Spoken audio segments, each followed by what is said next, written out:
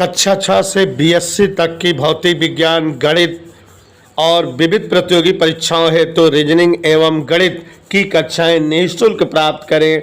इन कक्षाएं निःशुल्क वीडियो देखें और पढ़ें अर्जुन स्टडी चैनल के द्वारा।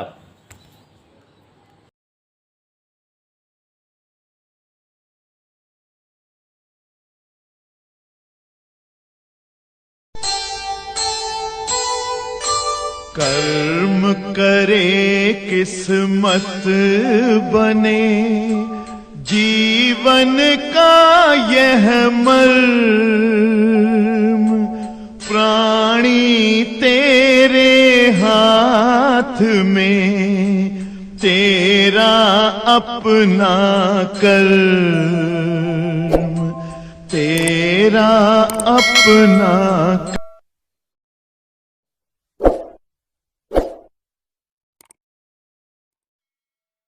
प्यारे बच्चों, आज से हम लोग बहुत ही महत्वपूर्ण फिजिक्स पढ़ने जा रहे हैं, जिसका नाम है तरंग प्रकाशिकी। अच्छा बच्चों, बहुत पहले 5-7 साल पहले जब जो है 11th और 12th दोनों एक था, 11th और 12th दोनों अटैच था, अलग अलग नहीं था, तब जो है ये सब चैप्टर पढ़ाना बड़ा इजी लगता था। इजी इसलिए लगता था कि इस चैप्टर से रिलेटेड कुछ लेसन शुरुआत के वह सब जो है 11 की क्लास में शिफ्ट हो गए हैं। छोटे छोटे लेसन जैसे तरंग गति, यांत्रिक तरंगे, प्रगामी तरंगे, विस्पंद, अप्रगामी तरंगे, डॉपलर प्रभाव, 5-6 लेसन का नाम लिया बेटा, फिर से सुन लीजिए। तरंग गति, यांत्रिक तरंग, विस्पंद, प्रगामी तरंग, अप्रगामी तरंग, डॉपलर प्रभाव, ये 6 लेसन जो तरंग से ही रिलेटेड थे अब 11th की बुक में हो गए हैं। हम लोग 11th में पढ़ते हैं तो बेसिक उन्हीं लेसनों में है। अगर बेसिक कोई चीज़ तैयार रहती है तभी आगे की जो है हायर फायर चीज़ें जो है तैयार हो पाती है। फिलहाल हम प्रयास करेंगे कि आपको एक एक स्टेप सब समझ में आए और डीपली डिटेल में, क्योंकि बेटा कंपटीशन में इससे रिलेटेड अक्सर चीज़ें पूछी जाती हैं। देखिए ना, बोर्ड पर एक नाम लिखे हुए हैं और ये समझाना चाहते हैं क्या, ठीक। तरंग प्रकाशिकी। सुहाना बेटा तुम बहुत अच्छे बच्चे हो, ध्यान से देखो। तरंग प्रकाशिकी दिख रहा है बेटा। तरंग प्रकाशिकी अंग्रेजी लिखी हुई है वेव ऑप्टिक्स। क्या है ये जानिए। देखो बच्चों, जैसे आप छोटी कक्षाओं में 9th में और 11th में पढ़ते हो कि साइंस विज्ञान क्या है, तो आपको बताया जाता है कि क्रमबद्ध, सुव्यवस्थित, सुसंगठित ज्ञान ही विज्ञान है। फिर उसके बाद आपको बताया जाता है कि विज्ञान को अध्ययन में सरल रखने के लिए विज्ञान की कई शाखाएं बना दी गई हैं। यथा भौतिक विज्ञान, रसायन विज्ञान, जंतु विज्ञान, जीव विज्ञान, कोशिका विज्ञान, शैवाल विज्ञान। There are so many branches of science. विज्ञान की बहुत सारी शाखाएं बना दी गई हैं जिससे विज्ञान का अध्ययन सरलतम वे में हो, सरल तरीके से विज्ञान का हम अध्ययन कर सकें। इसलिए बेटा विज्ञान की कई सारी शाखाएं बना दी गई हैं। और उसके बाद भी आप पढ़ते हो फिजिक्स अलग, केमिस्ट्री अलग, जीव विज्ञान अलग, इनके भी कई सारी शाखाएं हो गई हैं। 11th में आपने पढ़ा होगा फिजिक्स, दैनिक जीवन में घटित होने वाली घटनाओं के लिए नियम बनाना, सिद्धांत बनाना, उनका अध्ययन और अध्यापन जिस विज्ञान में होता है उसे ही हम भौतिकी या फिजिक्स कहते हैं। और अध्ययन में सरलता हेतु भौतिकी या फिजिक्स 2 ब्रांचों में बांटी गई है। ये भी 11th में आपको पढ़ाया गया होगा कि भौतिक विज्ञान को सरल बनाने के लिए, इसका अध्ययन सरल तरीके से करने के लिए भौतिक विज्ञान की 2 शाखाएं हैं। एक है माइक्रो फिजिक्स, सूक्ष्म भौतिकी, और एक है मैक्रो फिजिक्स, MACRO, स्थूल भौतिकी। माने फिजिक्स का अध्ययन सरल हो सके तो फिजिक्स में भी कई ब्रांचेज बन गई हैं।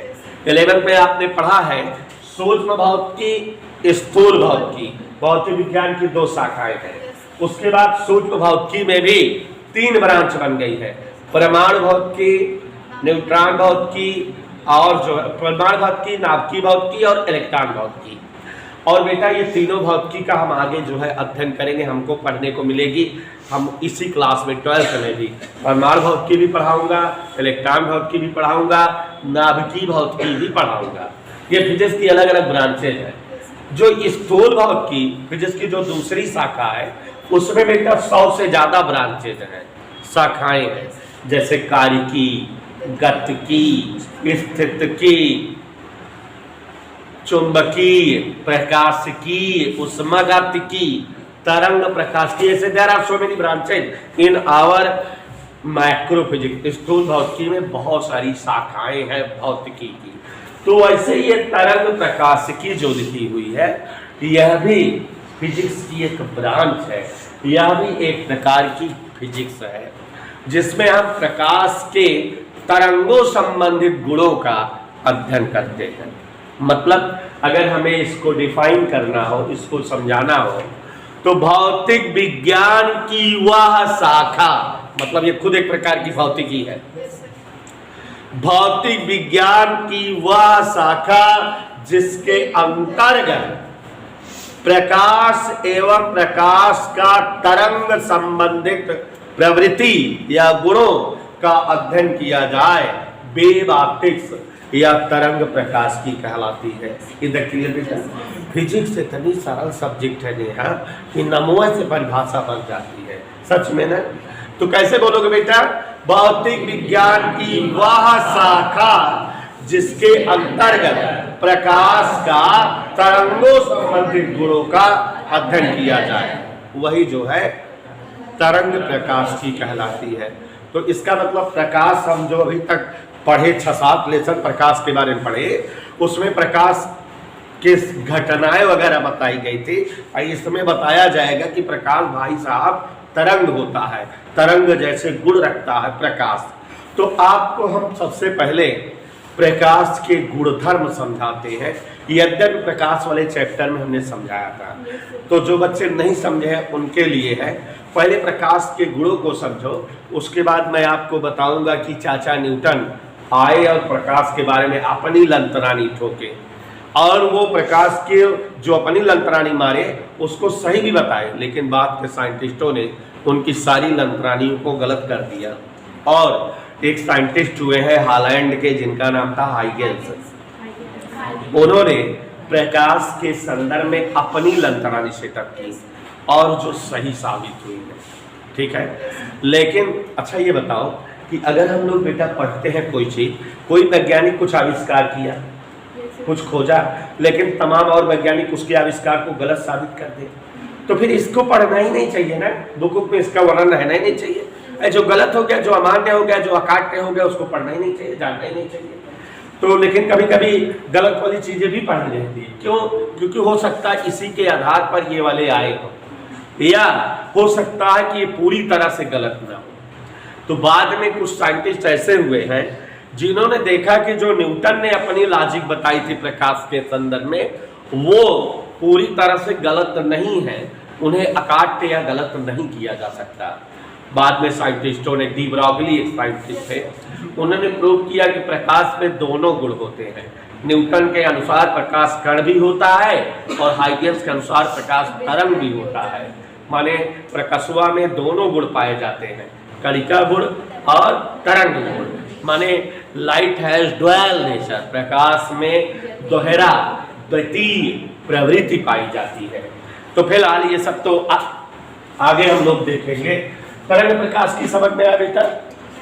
भौतिक विज्ञान की वह शाखा जिसके अंतर्गत प्रकाश और प्रकाश के तरंगों संबंधित गुणों का अध्ययन किया जाए, उसे हम क्या कहते हैं? अब बच्चों, पहले हम लोग प्रकाश के गुण पढ़े, फिर न्यूटन के पास आए और फिर जो है हाइगेन्स के पास आए, फिर इनकी बातों को सुने समझे। तो गौर से देखिएगा और समझिएगा। प्रकाश के गुण थोड़ा तेज बताऊंगा क्योंकि ये ऑलरेडी एक बार बताया हूं, जो बच्चे नहीं पढ़े हैं उन्हीं के लिए है ज्यादा।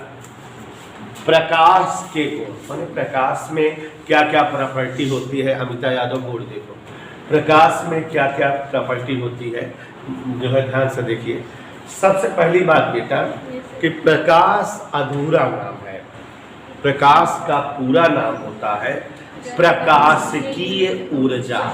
और हाँ एक बात बेटा, अगर कोई ज्ञानी प्रदर्शित करोगे अपने आप को तो उसी को खड़ा करा के उसी से समझवाएंगे फोटो जी। तो इसलिए सुनिए, अच्छे वक्ता न बनिए, अच्छे श्रोता बनिए, ठीक है बेटा। तो हाँ ध्यान दीजिएगा जरा, प्रकाश संक्षिप्त नाम है, छोटा नाम है। प्रकाश का पूरा नाम होता है प्रकाशिकीय ऊर्जा। ये पहली बात कि प्रकाश प्रकाशी ऊर्जा का संक्षिप्त रूप है, छोटा नाम है। कभी कभी प्रैक्टिकल वगैरह के एग्जाम में बेटा बाहर से टीचर आए रहते हैं, वाइवा लेते हैं, तो बच्चों को बेवकूफ़ बनाते हैं। जैसे कोई प्रैक्टिकल करते रहते हो, कहते कौन सा प्रैक्टिकल कर रहे हो, तो आप कहते हो प्रकाश का परावर्तन का कर रहा हो, अपवर्तन का कर रहा हो। कहते अच्छा प्रकाश का मात्रक बताओ। तो अब आप डिस्टर्ब हो जाओगे कि द्रव्यमान के मात्रक और समय का मात्रक, लंबाई के मात्रक तो पढ़े यही प्रकाश के मात्रक है, आपका ही कौनो कलसियम पढ़ाई ना है, तो फिर वहाँ डिस्टर्ब मत होइएगा। सेंस लगाइएगा कि जब हमने बोला कि प्रकाश प्रकाशी ऊर्जा का संक्षिप्त रूप है, माने प्रकाश का मात्रक पूछ रहा है, इसका मतलब वो प्रकाश की ऊर्जा का मात्रक पूछ रहा है। और बच्चों, दुनिया में किसी भी प्रकार की ऊर्जा हो, द्रव्यमान ऊर्जा, गतिज ऊर्जा, स्थितिज ऊर्जा, गुरुत्वीय स्थितिज ऊर्जा, तरंग ऊर्जा, चुंबकीय ऊर्जा, ऊष्मीय ऊर्जा, एनी प्रकार की ऊर्जा, कोई भी प्रकार की ऊर्जा हो, सबका मात्रक न्यूटन मीटर या जूल होता है। ऊर्जा का मात्रक छोटी कक्षा में पढ़े हो लोली। तो जब प्रकाश का मात्रक पूछे हो तो उसको बता देना जूल। क्यों? क्योंकि प्रकाश माने प्रकाशी ऊर्जा और ऊर्जा का मात्रक हम लोग जानते हैं न्यूटन मीटर या क्या होता है बेटा, जूल। तो अगर हमसे प्रकाश का मात्रक पूछे तो हम वही बता देंगे न्यूटन मीटर या जूल। प्रकाश का विमीय सूत्र पूछे तो हम जो है ऊर्जा का विमीय सूत्र ml2T-2 यही बता देंगे। तो ये बात क्लियर हो गई। पहला आ गया कि प्रकाश प्रकाशीय ऊर्जा का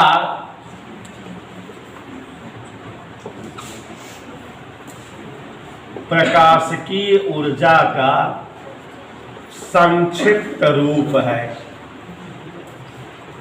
इधर क्लियर? प्रकाशिकीय ऊर्जा को संक्षिप्त रूप में शॉर्ट में हम प्रकाश कहते हैं। अब बेटा प्रकाशीय ऊर्जा क्या है? आप जानते हो, छोटी कक्षाओं में पढ़े हो कि किसी भी वस्तु में कार्य करने की जो क्षमता होती है उसे ऊर्जा कहते हैं। वस्तुओं में कार्य करने की जो क्षमता होती है वही ऊर्जा कहलाती है। ऊर्जा कई रूपों में पाई जाती है, गतिज ऊर्जा, ध्वनि ऊर्जा, ऊष्मीय ऊर्जा, प्रकाश ऊर्जा, तरंग ऊर्जा, विद्युत ऊर्जा वगैरह वगैरह। ऊर्जा को न हम नष्ट कर सकते हैं, न ऊर्जा को उत्पन्न कर सकते हैं। एक रूप से ऊर्जा दूसरे रूप में बदली जा सकती है। जैसे खंभे के में तार जो लगे हैं, तार से आपके घर में तार आए, उन तारों से विद्युत ऊर्जा आई, आप उससे पंखा चला लिए, यांत्रिक ऊर्जा मिल गई। आप उससे बल्ब जला लिए तो वही विद्युत ऊर्जा प्रकाश ऊर्जा के रूप में मिलने लगी। आप हीटर चला लिए तो वही विद्युत ऊर्जा ऊष्मीय ऊर्जा के रूप में मिलने लगी। थे विद्युत ऊर्जा अलग अलग रूपों में बदल कर मिलने लगी कि नहीं? तो हम लोग बोल सकते हैं बेटा, बता सकते हैं, समझा सकते हैं। जैसे कार्य करने की क्षमता ऊर्जा होती है, ऊर्जा कई रूपों में पाई जाती है। ऊर्जा को न नष्ट कर सकते ना ही उत्पन्न, और ऊर्जा सभी को केवल और केवल कहाँ से मिलती है? डायरेक्ट या इनडायरेक्ट, लेकिन सबको ऊर्जा सूर्य से ही मिलती है। तो यहाँ प्रकाशीय ऊर्जा के बारे में बता रहे थे। तो प्रकाशीय ऊर्जा बड़ी विचित्र चीज है बेटा। वह ऊर्जा जो स्वयं न दिखाई दे लेकिन जिसकी उपस्थिति में वस्तुएं देखी जा सके, उसी ऊर्जा को प्रकाशीय ऊर्जा या प्रकाश कहा जाता है। अभी यहाँ अंधेरा कर दें, प्रकाश गायब कर दें तो हम लोग किसी भी चीज को देख नहीं पाएंगे। ना आप लोग दिखोगे, ना ये घर मकान कुर्सी बेंच में अंधेरे में थोड़ी दिखता है। जब प्रकाश या प्रकाशीय ऊर्जा रहती है तभी तो दिखता है।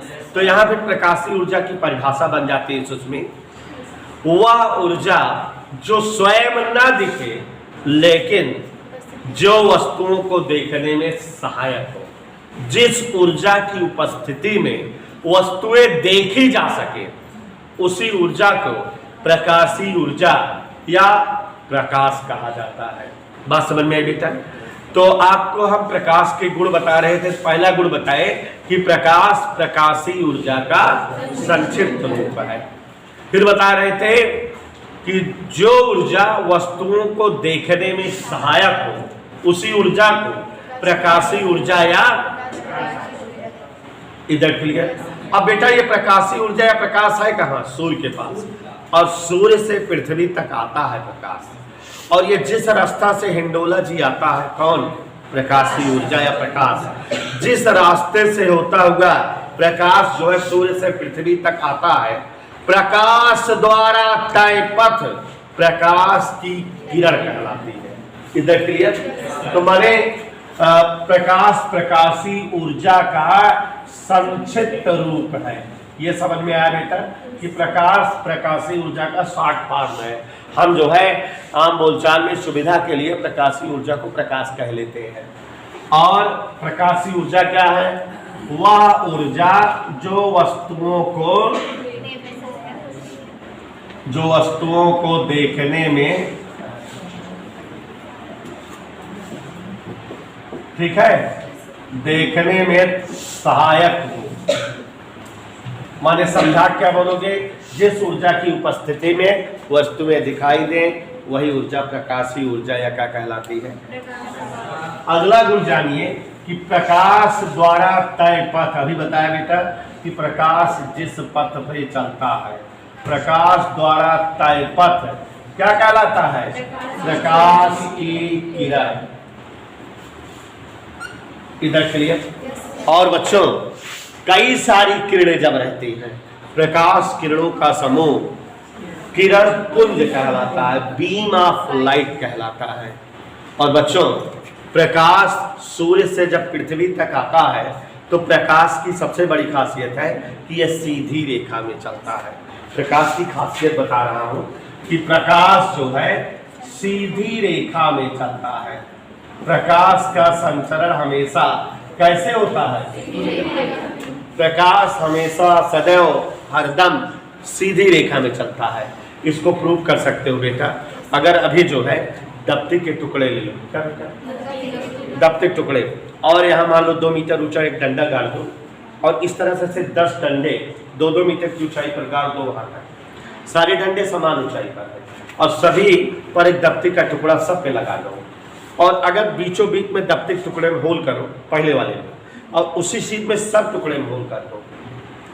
अब एक लड़का यहाँ एकदम पहले वाले दफ्ती के टुकड़े के सामने खड़ा हो जाए टार्च लेके, और एक लड़का एकदम अंतिम टुकड़े के सामने खड़ा हो जाए। सारे छिद्र एक सीध में है। अगर अभी पहले टुकड़े पर हम प्रकाश डालेंगे तो आखिरी वाले लड़के को प्रकाश दिखेगा, तो इसका मतलब प्रकाश सीधी रेखा में गया।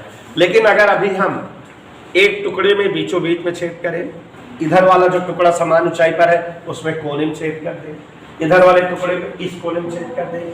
माने अगर छिद्र जो दफ्ती के टुकड़ों में है वो अलग अलग जगह पे हो, एक में बीचों बीच में, एक यहाँ, एक में यहाँ, एक में इधर, एक में इधर, सीधे में ना हो, और तब आप अगर इधर से प्रकाश डालोगे तो अंतिम लड़के के पास प्रकाश नहीं निकलेगा, नहीं पहुंचेगा। क्यों? क्योंकि ये छिद्र सीधी रेखा में नहीं थे, तो इधर उधर जो है परावर्तित हो गया प्रकाश। तो मतलब कहने का ये हुआ कि प्रकाश सदैव सीधी रेखा में चलता है।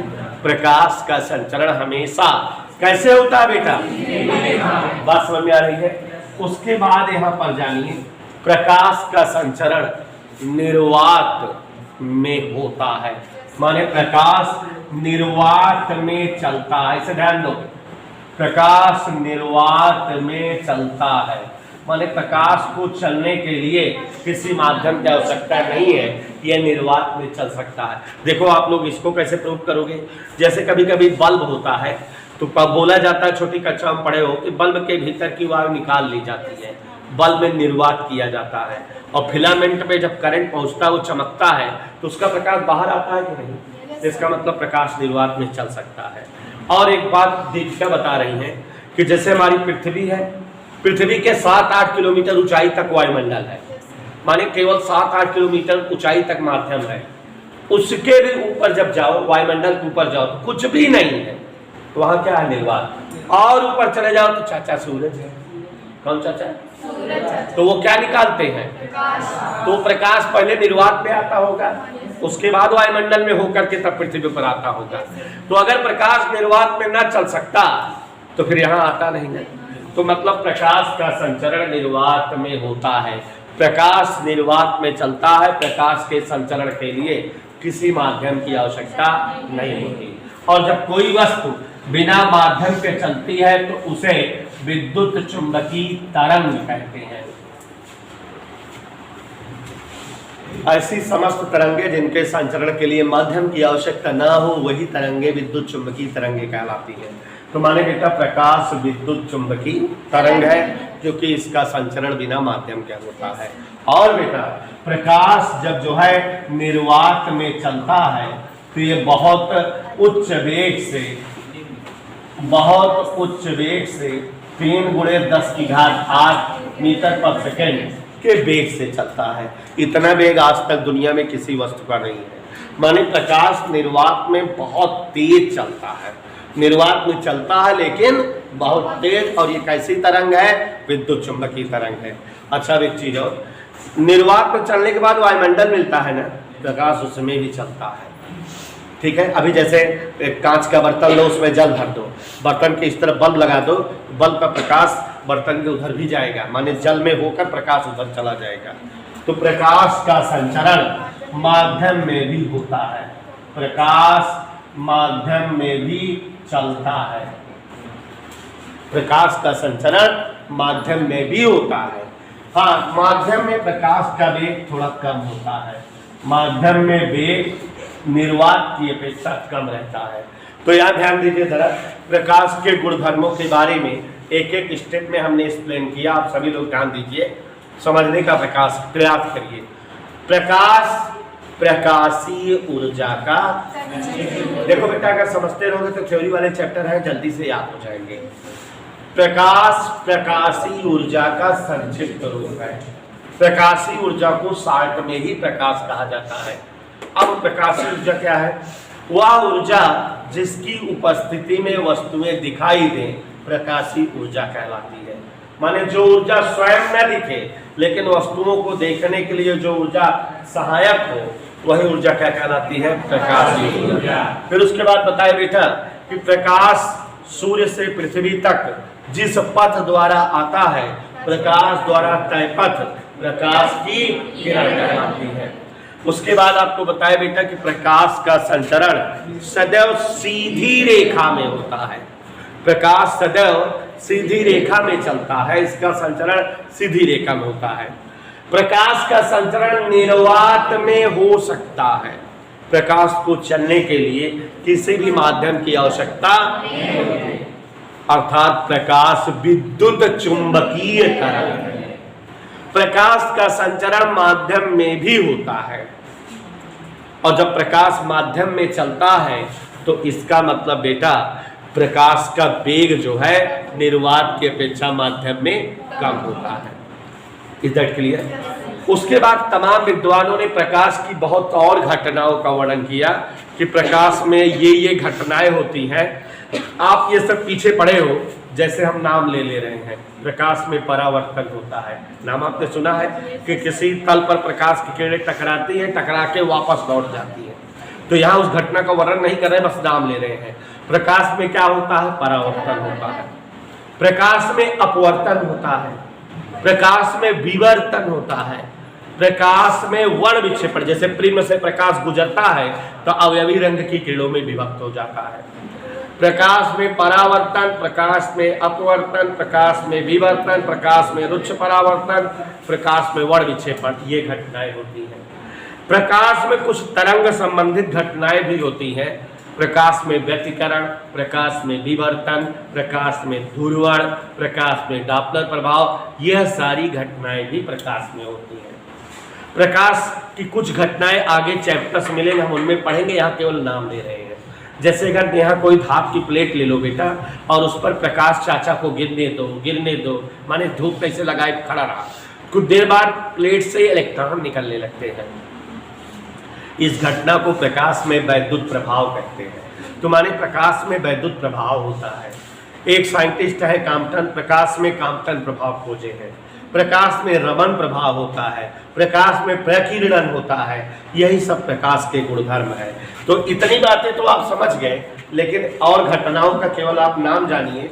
सुस्मित जी आगे के लेसनों में उनके बारे में डीप में सुनेंगे। एक बार फिर से, प्रकाश में परावर्तन होता है, प्रकाश में अपवर्तन होता है, प्रकाश में रुक्ष परावर्तन होता है, प्रकाश में वर्ण विक्षेपण होता है, प्रकाश में विवर्तन, व्यतिकरण, ये सब अलग अलग लेसन में आगे डिटेल में पढ़ाऊंगा। प्रकाश में व्यतिकरण, प्रकाश में विवर्तन, प्रकाश में दूरवर्ण, प्रकाश में डॉपलर प्रभाव, प्रकाश में विस्पंद, ये सारी घटनाएं होती हैं। एक विशेष घटना बताए कि प्रकाश में प्रकाश वैद्युत प्रभाव होता है, रमन प्रभाव होता है, प्रकीर्णन होता है, प्रकाश में कॉम्पटन प्रभाव होता है। कुछ घटनाएं प्रकाश की आपने पीछे पढ़ा है प्रकाश वाले चैप्टर में, कुछ अब आगे पढ़ाऊंगा लेसनों में। और बच्चों, साइंटिस्टों ने यह पता लगाया कि प्रकाश में कुछ गुण तरंग वाले होते हैं और कुछ गुण प्रकाश में जो है द्रव्यमान या कणिका वाले होते हैं। माने प्रकाश में ड्वेल नेचर, द्वैती प्रकृति होती है। और एक खास बात प्रकाश की है कि प्रकाश विद्युत चुंबकीय तरंग है, लेकिन हाइगेंस ने सिद्ध किया था कि प्रकाश जो है तरंग है और वो है अनुप्रस्थ तरंग, क्योंकि प्रकाश में ध्रुवण होता है, इसलिए अनुप्रस्थ तरंग है। तो ये बेटा अभी जो 6-7 नाम नया लग रहा है, कुछ बच्चों ने तो पीछे कुछ नामों को पढ़ा है, जैसे जो है परावर्तन, अपवर्तन, विवर्तन, वर्ण विक्षेपण, ये सब नाम पढ़े हो। लेकिन अभी और जो नाम लिए व्यतिकरण, ध्रुवण, विस्पंद, डॉपलर प्रभाव, ये सब आगे आप पढ़ोगे। आगे के लिए सुनो, प्रकाश विद्युत प्रभाव, कॉम्पटन प्रभाव, ये सब आगे पढ़ोगे। यही जो है किताब में इसी क्लास में पढ़ने को है। तो बच्चों, ये इतना प्रकाश की जो है प्रवृत्ति या प्रकाश के गुणधर्म है। कल ये पूरा टॉपिक पढ़ के आइएगा।